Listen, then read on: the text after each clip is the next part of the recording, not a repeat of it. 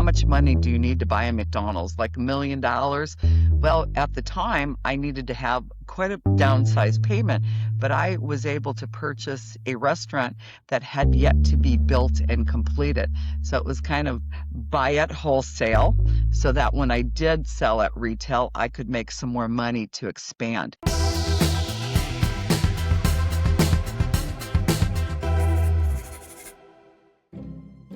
I am super excited to introduce you to my guest today that you're going to listen to, Lori Tschohl. Lori is, I said this to her several times. I mean, Lori is literally a badass. She has done amazing things in her career, has started several companies. After building up a McDonald's franchise, Pandora franchises, she went into the very obvious transition into a HVAC piping company and has built an incredibly successful business there. There's things that Lori has done to overcome, barriers and spaces she didn't understand, how she broke through, how she's been mentored and mentored other people in her community to reach the same level of success.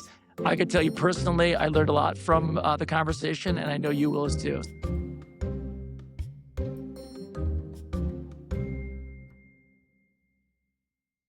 Lori, welcome. Thank you, Eric. It's my pleasure to be here with you today. Well, as you know, we talked a little bit earlier. I've started a lot of businesses also, and so I'm just to kick it off. I would just love to hear your story. Like, how did it all get started? And then we'll kind of go through how you got to where you are today. But I just love to hear that beginning, how you began to be an entrepreneur, and your early part of your journey. Sure. So, my journey started with McDonald's, and I have people say to me, "McDonald's hamburgers?" And I said, "Absolutely." That was where I started. So many years ago, my best friend, we both lived in Wisconsin, and I was on the West Coast, spending time out in the Seattle area. And she said, "Hey, I have a job for you at McDonald's when you get back." So I turned 16 and started my lifelong mission with McDonald's. And at that time, who would have thought? It's like, yeah, I'm going in, I'm going to make some money. My father at the time even said, "Do you really want to go work? I want you to focus on school." I'm like, "No, I'm going to work." So, boy, I was at the shake machine and learning all the McDonald's trades. And next thing I know, they're like, "Could you be a hostess?" I'm like, "A hostess at McDonald's?" And they're like, "Yeah, we'd like you to, on Saturdays and Sundays, pour coffee." So, they always McDonald's was always trying new and different things. So I would wear my Sunday best. I would go out, pour coffee, talk to the customers, go downstairs, eat my quarter pounder, and throw on my McDonald's uniform and be at the front counter. How can I, may I take your order, please, type thing. And that's kind of where it started. And so then I had the opportunity to move west, really wanted to get out to the West Coast. And when I arrived, it was before college had started. And I said, "Well, I'm going to go see if I can work at McDonald's." So sure enough, That's great. I'm a shift manager. And then I'm like, well, why should I go and spend all this money for college? Because I would have out of state tuition. And I'm like, I'll just keep working. So next thing I know, I'm the store manager. Next thing I know, they're acquired by the corporation. So now I'm in the corporate world of McDonald's. And that's really kind of how my lessons were really embedded It's really in cool. everything. So I loved being in operations. And being in operations gave me the ability to work in construction, financing, marketing, all the different avenues versus just focusing in on one thing. So that was really my start. And it was with And McDonald's. and you had this journey with McDonald's. You've been there for a while, and then you kind of left that platform, and you opened additional, businesses and what franchises is Pandora and some jewelry stores before you got into the HVAC space. Tell me a little about those transitions, and most important, as we get to ultimately what you're doing now, what were some of the lessons that were like you realized it didn't really matter what industry you're in, they were completely transferable across the businesses? Sure. So I was with McDonald's for a very long time. So I worked corporate and then I had the opportunity to purchase my own franchise. And that took quite a bit of time. I was in a financial position that I could acquire because everybody wants to know, like, how much money do you need to buy a McDonald's? Like $1 million? Well, at the time, I needed to have quite a downsized payment, but I was able to purchase a restaurant that had yet to be built and completed. So it was kind of buy at wholesale so that when I did sell at retail, I could make some more money to expand. So this was over a series of years that I went from corporate, went to becoming a franchisee, moving across the country and purchasing restaurants in Buffalo, New York. And I had inner city restaurants, which was quite the experience for me coming from the Seattle area. There's nothing like that. Inner city Buffalo to Seattle. And then also purchasing a large travel plaza built on the New York State Thruway. So some of the lessons along the way was when I purchased this travel plaza, we created more revenue and different type of venues than just McDonald's. So lessons were whatever I had for real estate, I was going to start filling it with some money makers. Room for vending. We were making money on vending. We developed two different food concepts. One was called Sandella's, which was pizza, pasta, panini.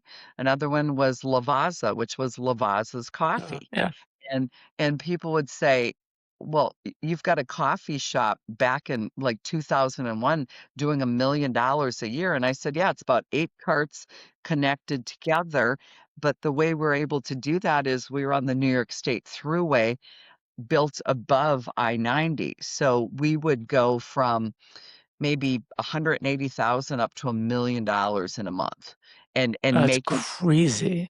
trans those type of transitions. My lesson was not only creating all these businesses with real estate. I mean, we'd have sidewalks, put up a hot dog cart. We would have vendors come to us and say like, "Hey, can we sell this?" And all of this had to be approved by McDonald's Corporation. I mean, it wasn't like I could just go Interesting. renegade because they received rent on every dollar I made. So they received rent service. Really Yeah. So interesting. you would go to Lavazza and you'd look down at where you'd swipe your credit card and you'd say, "Why does it say McDonald's? I'm not going to McDonald's." It's because McDonald's Corporation were the ones that received rents and service fees on every dollar that went through that travel plaza. So I had all these Interesting. different businesses. How do I staff them? I used international staffing. So you don't go from 180,000 in sales and your McDonald's menu up to $1 million within that time frame without bringing in additional staffing. So I used international staffing. And if you look at the world today and they talk about how what are they asking $100 million or $100,000 or whatever they need to get these J1 visas, we used to go to all these different countries and interview individual college students that could receive a J1 visa to come work at my travel plaza. Wow. So you could be an engineering student, but you did not speak very good English. You could come work in my travel plaza and clean 21 bathroom stalls 8 hours a day, but you were in the US, you were making money, and you could stay with all your friends. And when you were done with the gig, then you could go travel through the US. That's Um, amazing. I learned a lot about international staffing. I had to go out and purchase an apartment building to house them. I ended up buying a school bus to transport them. It Goodness. th Lori, Yeah. where did you get your I mean, I know you worked through McDonald's and that you learned a lot, but your business sense, I mean, McDonald's was corporate, but you have an entrepreneurial sense about you. Where did that come from? Where did like, what was the genesis of your kind of scrappiness to figure all this stuff out? It's incredibly impressive. So I think a lot of grit and determination, and I'm always like, "I will not be defeated. I am gonna get this done." So you find ways, and the other thing is you have to learn very early, you utilize resources. You don't know, you start calling. This was all before ChatGPT. Now we can throw it in and say, "Hey, how can I make this work?" Back then it was like, get on the phone, start calling. I have a staffing issue. Who can I talk to?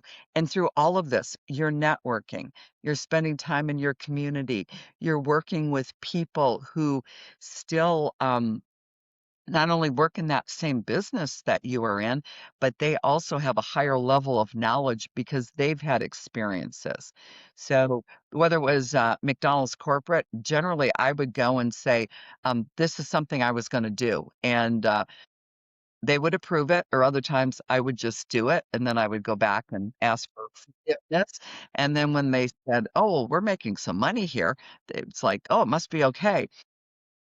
So there's not one thing. I have worked my entire life and I've worked very hard at it because I enjoy work and I enjoy working with people. If it's back end office stuff, I hate it. I want to be at the front lines. I want to talk to customers. Even in my business now, I'd rather be in a customer's home helping with a furnace than I would be sitting behind a desk trying to figure out my taxes type thing. Well, Yeah. that's a good transition. So you Yeah. you between McDonald's and the whole journey you had through that and the Yeah. other retail organizations, Yeah. what inspired you to kind of leap into the HVAC plumbing world? So I retired. I was to the point where, I loved McDonald's. I've always loved McDonald's. I could continue to be a spokesperson for them because I think after so many years, you really see the inside story of, the dedication, the hard work. The people are amazing, like unbelievable people. When you go to your local McDonald's and you go through that drive-through, that person, boy, not only have they had some good training, I mean, what they have to do to get up and go to work and survive on a daily basis is it's unbelievable. So you see grit and determination out of those employees that work there. And those restaurant managers, I mean, oh my gosh, they're running. They could be running a 2 and $3 million business. And back in the day, we'd say without a fax machine and an office person. I mean, because they were really running everything. So at some point, I said I wanted to get back to the West Coast. My mom was aging and I said, it's time. I really wanted to go back. And I could have gone back and purchased more McDonald's restaurants. In fact, I started looking around and then I thought, I'm just going to take a pause for a moment and then move back to my area in Washington State. And then I kept looking and then I thought, I don't think I want to go back to McDonald's. And I said, I'll retire. What a great idea. I had sold my company in New York. My financial planner said, "Well, give me all the money and you can just go sit on the beach and I'll make sure you're getting like 6% interest or whatever at the time." And I said, "No." I was like 52 and I said, "I'm not ready to retire. I'm just not ready to do that." So I took about a year and a half off, traveled. When I say I have been to 7 continents and 149 countries, I have traveled the world. And how many people, I'd go to Tibet and then I'd come back and I'm like, oh, then I'd go to India. Like most people would combine it all together. I'm like, no, I'm jutting all over.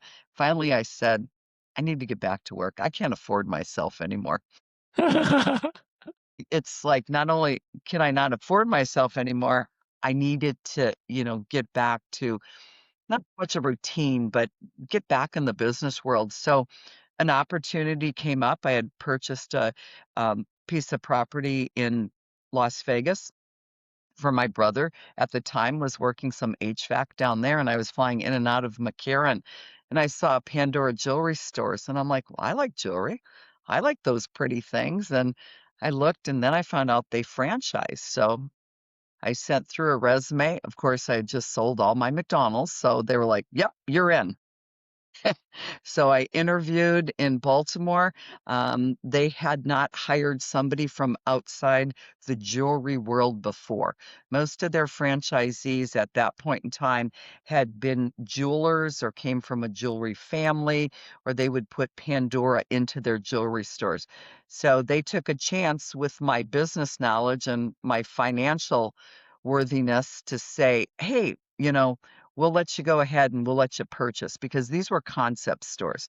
So you needed an enormous amount of capital to get in. You had to go into malls, you had to buy big time inventory. So I said I wanted to stay in the West.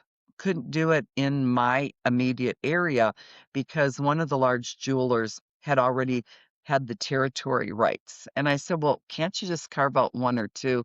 They're like, "Well, Warren Buffett owns this." And, in my gutsiness, I'm like, "Well, what's the problem?" Like Warren Buffett has all these, but, can't you just give me 1 or 2? So I ended up going to Boise, Idaho, and Salt Lake City to open up 2 Pandora concept stores within 4 months apart, and this was in, 2017. So, no, excuse me, wrong time frame.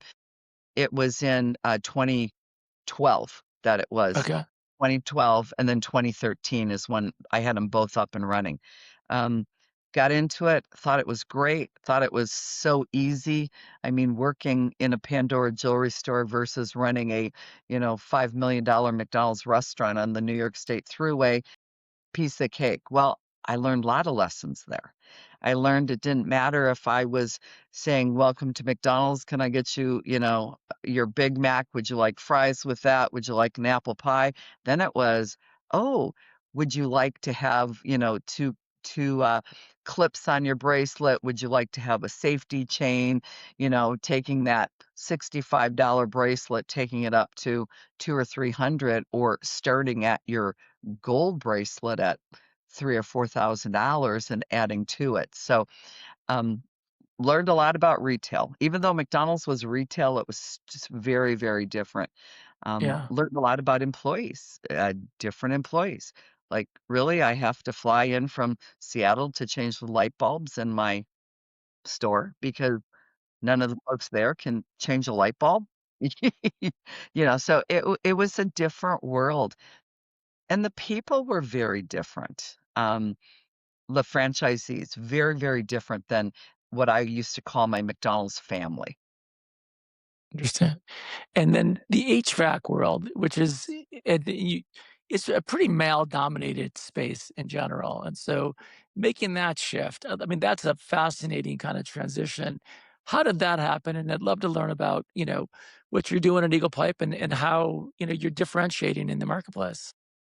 So, my brother, and that's the main reason, that was the Oh, why to right, start the right, business. right, right. I watched him for years work so hard as a tradesperson. I'd be like, "Oh my gosh."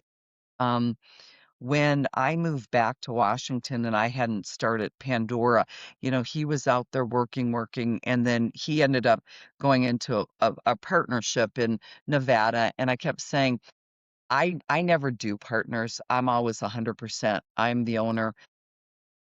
For me, I don't know, maybe there's some value in it for other folks. I didn't have to. I was always able to do it by myself.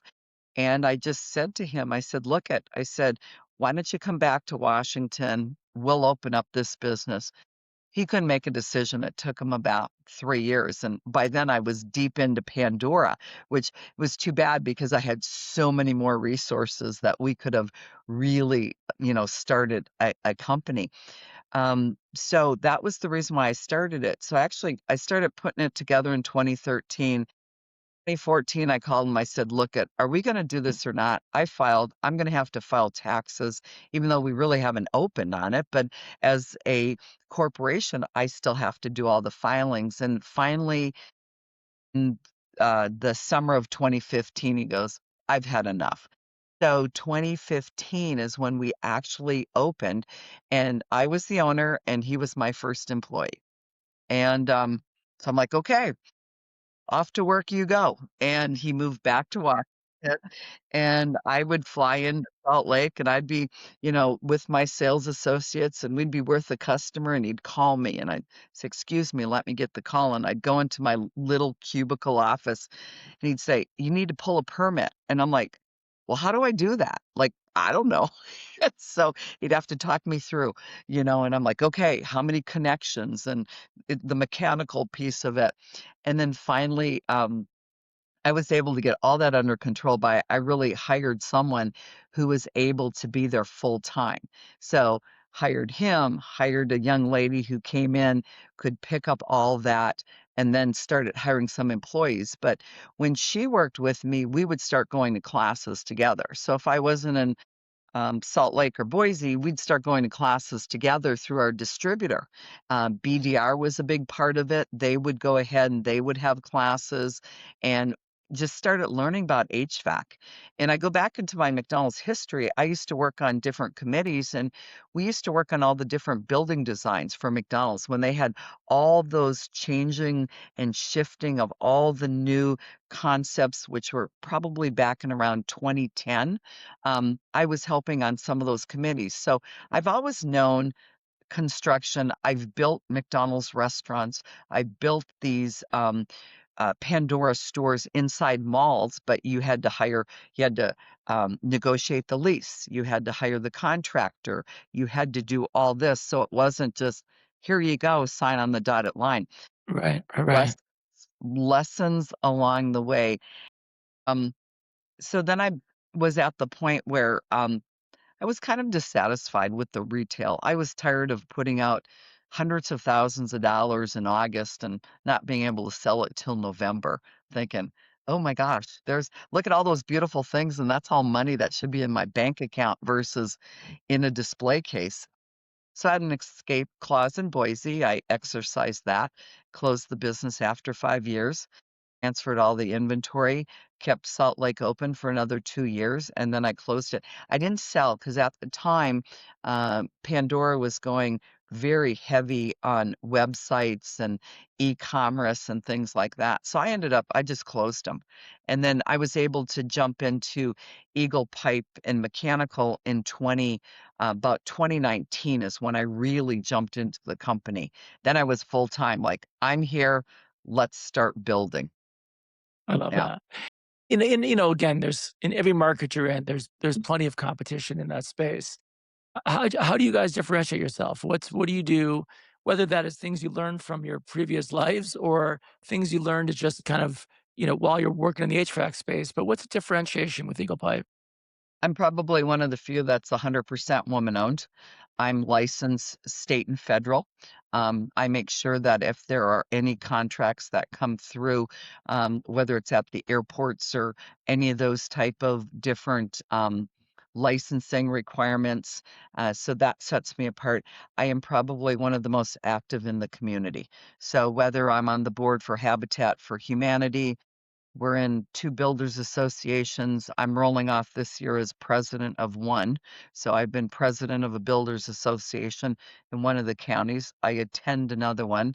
We're in 3 chamber of commerces. We are out there in the community. And I think that also kind of sets us apart. And then we try to do things differently. We're not doing the type of gas piping that we used to do, but when we first started, we had major utility contracts, and so we were kinda set apart because we were the company that you would call for a lot of gas piping, which it's still, you can do gas piping with HVAC, but this was major utility contracts. Like, one year we were down in Baker City, Oregon, it was like $1 million contract that we were able to pick up, and so, I don't know how much being woman-owned entered into that because most of those cases, it was the good old boy network of these guys knew my brother, and they called Right. him, and at the end of the day, it's like, I'm the licensed, bonded insurance company owner. You have to work through me. These are my prices, those type of things. So I don't like to call them, to me, there's no barriers. Like my barrier would be my brother would tell me, well, you can't do that. I'm like, well, what do you mean I can't do that? Well, you can't do that. Well, he grew up in the trades. He was in the unions for a very long time. Right, And I'm right. like, what do you mean I can't do that? Well, I go in and I have a meeting with the guys at the union. I just go marching right in there because I don't know any differently. I looked Right, at those right. guys. I looked at those guys and I said, guys are a piece of cake. Deal with the New York State Thruway in Albany, New York. Now you know what tough is. And they would I look love at that. and I'd be like, okay. So yeah, I was probably not one of their favorites, and they so conveniently lost so much of my paperwork to be a signatory. Um, but if I wanted to go that route, my attorney just was right in my back pocket, would be picking up that phone, and I could be in. But I'm not choosing to do that. I I love chose, that. yeah, we're doing a lot of residential. HVAC, we do some light commercial. We're really trying to build up service, and then we started with plumbing, and plumbing has been my challenge. You add another Interesting. vertical, it's been a challenge getting the right people. And in your, as a 100% woman-owned business in a marketplace that is heavily, heavily, male dominated, how do you support next generation of woman business owners in the HVAC space, and even actually as tradeswomen? Because there's not many. There's just not a lot in that space. So I'd love to hear how that's important to you, how you mentorship as part of your business, and how do you see that future playing out of more diversity from a gender perspective within the trades? Sure. So, probably one of the best things I did was, when I joined and started my company, I was looking, okay, let's look for other women in the trades. So I stumbled across Women in HVACR back in 2018. It's like, oh, they're having a conference. I'm going to go. Showed up at the conference, and some of the main players at Women in HVACR at that point in time, um, you know, I walked into a reception by myself and they said, "Who are you and what is your story?" And I said, "This is who I am." Well, next thing I know, I was on the board, and next thing I know, I was the vice president, and next thing I know, I'm the president. This year, I'm rolling off as past president. So it was a very interesting journey along the way. That's really So cool. that also really had me open up my eyes across the country because Women in HVACR is national. So, and we don't play small at all. We play big.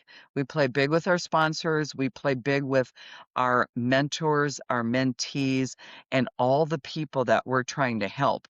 And we're doing a lot with endowment, which is part of what I've been doing this past year, working on endowment, putting together a contractor advisory council so we can make contractors front and center. Because in so many of these organizations, if you have between 12 and 1,400 members, how many are marketing? How many are, suppliers, distributors, and Right, now right, right, right. you have this small group of women contractors. So maybe out of the 1,200, maybe there's 100, 150. So then how do you connect with them?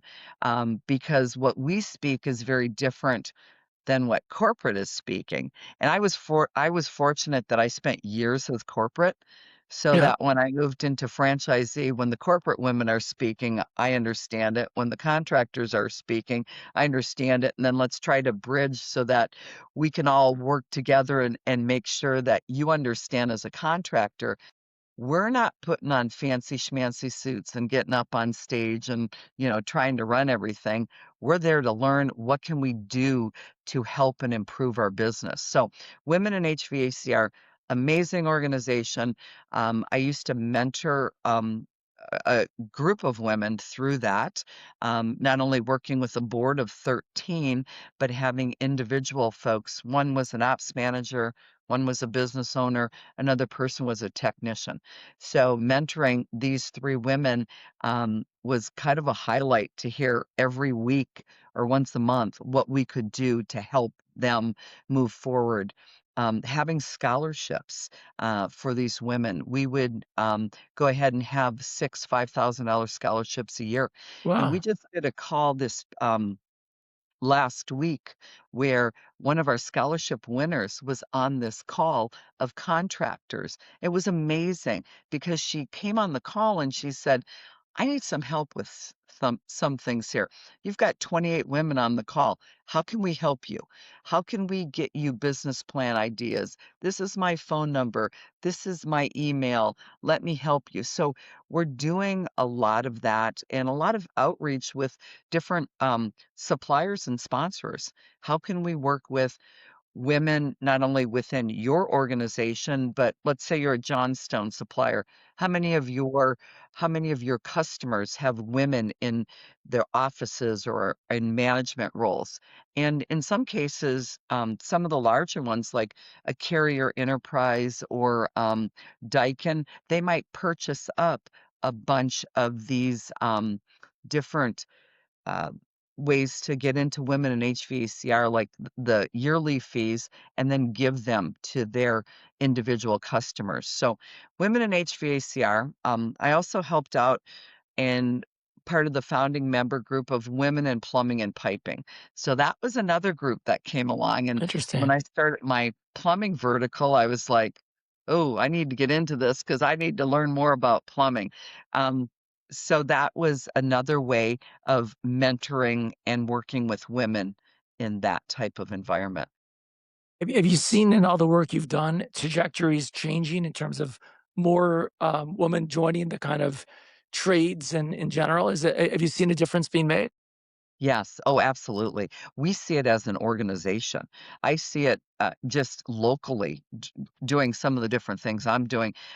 You know, our Builders Association having a female president working with different women in the trades. So I can see it locally, but we can really see it nationally. And this year at our conference, we had um, top 30 women of influence, and we had a lot of different women from all different diversities come in and accept awards and just see the impact and the difference we're making. We'll go to like an AHR and we'll have a booth there and we'll talk about women in HVACR and there'll be all these men lining up. Well, where do I find these women? Like they think I'm going to pull back a curtain and like parade them out or something. No, you need to find them. We will help mentor them and help them get through this part because there's a lot of male companies, they have no female, and if they do, they have a couple women in the office. They're never out in the field.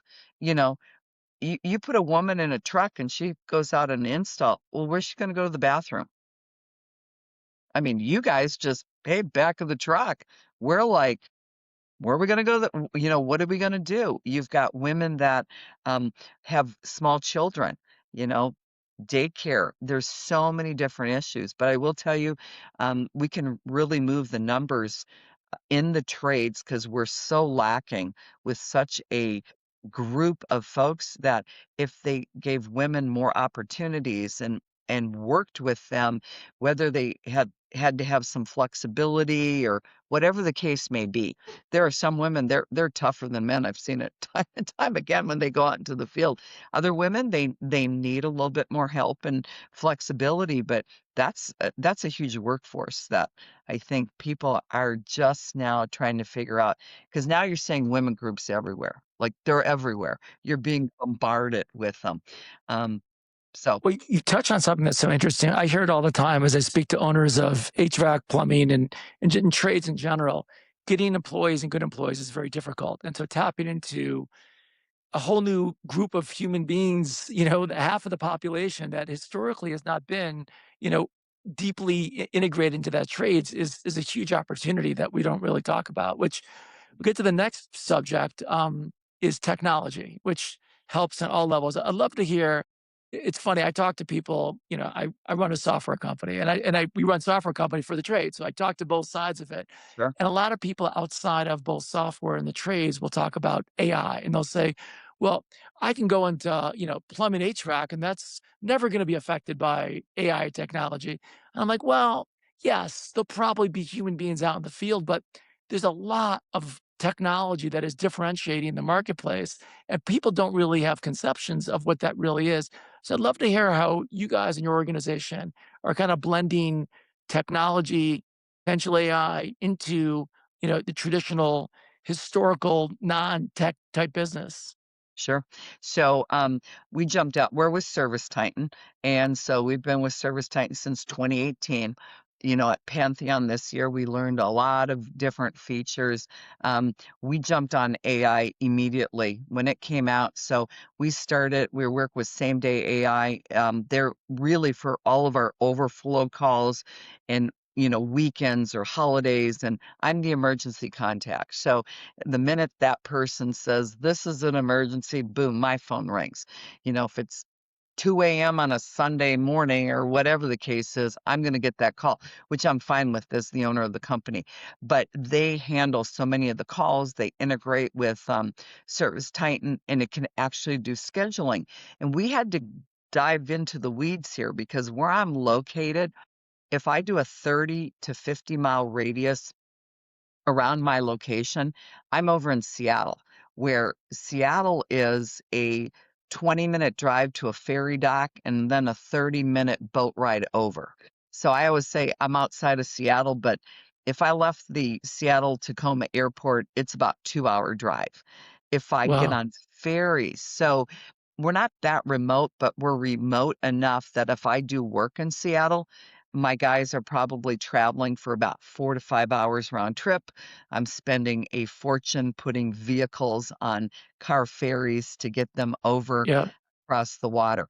So we have to be careful when AI is going to book the call that they don't book in Seattle and book down the street. So we've had to work a lot of back end stuff with them with zip codes and we only have one technician that goes to Seattle on a Wednesday. So we've done a lot of that stuff, but that's just phones. I think one of the most important things that I did was I work with CI Web, Jennifer Bagley. She is amazing and she is really leading the charge. And it's called Same Day or it's called Just Start AI. So she started this, I call it's almost like a movement. So she has podcasts, she has training. You jump into her Facebook group, and not only are you getting training and development, but I utilize them for my website. So they are making sure that my website is AI enabled, which is way different than just setting up a website. So I will tell you, I'm probably one of the few in my area because they are working so hard on it. And so much of it, I don't even understand. It's like, woo, I want to say I have a little bit of an age barrier because I'm way older than the majority of people that are doing this. So I'm like, okay, Cortex Plus, we're doing this report, we're doing that. So sometimes I have a virtual assistant, Ann May, and she helps dumb everything down. And I have her do so much of it because I wouldn't be able to keep up with it. So having that, I think, puts us ahead. Had a conversation today. I was on a Service Nation webinar training class, and I was talking about how my technicians out in the field, Blue On is great, and they have a lot of um, AI where you can type in, well, you can do it on Chat GPT. There's just so many things you can do. And we're trying to train our individuals. Sales meeting today.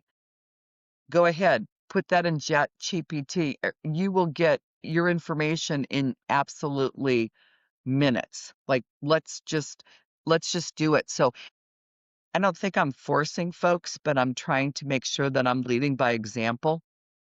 So I use it all the time. But yeah, Just Start AI, Jennifer Bagley, incredible things what they're doing there. And what you're doing, Laura, is so interesting because we just bought an AI receptionist as well, integrated into our software. And what's interesting is people, if you don't do what you did, Lori, which most people don't do, and they have the same problems. And like, you know what? I don't need this. This doesn't work. Because if you don't do that dirty work, which connecting those zip codes, because most people don't think about that. They said the program is set for 30-mile radius, but in your particular situation, that doesn't work at all. So you actually have to take that extra step to let the technology work for you. But once you do it, it really is game changing. We've seen the impacts it has on many, many customers. So that's super cool. So as you look at technology, woman-owned businesses, all the different things you've been involved in, where do you see the biggest opportunity for growth within your organization? I need to get my plumbing vertical up and running. I am handing out work every day. Every day, I'm just handing out work because I have really struggled to get the right people in. And I know I'm working on some different recruiting tactics. We're geofencing. We're doing some very specific targeting. I'm hoping to get at least one or two plumbers in so I can start building that division. I would like to get that thing rock solid. electrical is always an option for us. Currently, I have to hire, every job I have to add in like $1,800 for electrician because I'm not gonna fight the state. When the inspector shows up, I've pulled my card like, "Oh, it must be because I'm a woman." Well, that only works so far. It must be because wait, what did my people do? Like, really? That's So really funny. yeah. So, oh yeah, I've had some of them contact me and then they're like thinking about it. Well, it's like, when's the last time that they really went after a female 100% owned business on something? Then they kind of rethink it a little bit. But That's that play card, funny. that's ran out on me. I can't use that. So, so now I need to So, develop Lori, it doesn't electrical. sound like you're very retired today. It sounds like you got a lot going on and a lot more to do where you're kind of excited about different verticals, which is super exciting. So as you look back at honestly, like I said before we even talked, I was super excited to talk to you because you've done really a lot of amazing things and people listening are going to think the same. What would the three biggest pieces of advice you give to kind of, aspiring business owners? And that could be broad because you've been broad. You've been across many industries, so I'd love to get your thoughts on that. I'm relentless. I mean, that sums it up. I am when you ask me to go for something, I will go, I will get it done until finally I'm like, I either can't or there's no way. So relentless. I think another thing is consistency. Um, I'm pretty direct. Everybody knows that with me. There's no surprises. They always know exactly how they stand. So I really have to work on that myself because sometimes people are like, wow. And I'm like, well, that's me. I remember telling a McDonald's top executive, I said, look at, if you have a problem with the way I am, I said, why would you ever put me in the stores that I have, inner city Buffalo, New York, I said a wallflower would not survive. I had the mayor and the police chief on speed dial because that's what I was going through at the time.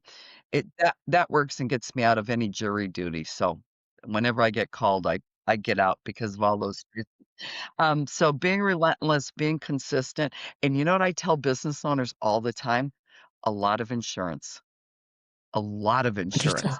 And people don't think about that. I don't care if they're starting a business. I carry a $5 million umbrella just for me and my properties if something happens. I learned that by my first restaurant when it burnt down in Buffalo, New York. It burnt down.